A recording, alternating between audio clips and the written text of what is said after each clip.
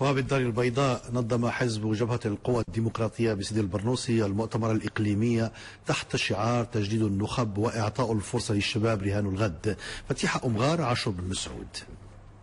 أرحب بهذه المناسبة تجديد هياكل حزب جبهة القوى الديمقراطية وتأطير الساكنة على صعيد سيدي البرنوسي بمدينة الدار البيضاء بدعوتهم لتسجيل في اللوائح الانتخابية لضمان مشاركة وازنة وفعالة في غضون الاستحقاقات المقبلة، محاور تناولها برنامج المؤتمر الإقليمي لحزب جبهة القوى الديمقراطية.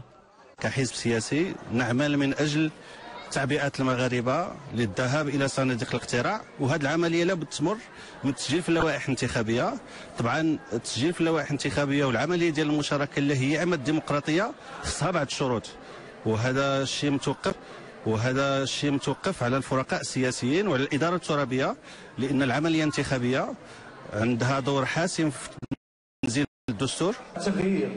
المؤتمر راهن على تجديد النخب وإعطاء فرصة للشباب لتحمل المسؤولية وانخراطه ومساهمته لتدبير الشأن العام، كما هو الشأن أيضا في اعتماد مقاربة النوع في كل البرامج السياسية. كنهيئوا على صعيد الحزب ايضا كنهيئوا التجديد القطاع النسائي اللي غادي يولي كيلعب هذا الدور الفعال ديالو في تحسيس وفي تأطير المرأة المغربية في المشاركة في العمل السياسي. تجديد النخب لأن جات على الخطاب الملكي السامي من خلال تجديد النخب وإعطاء الفرصة للشباب.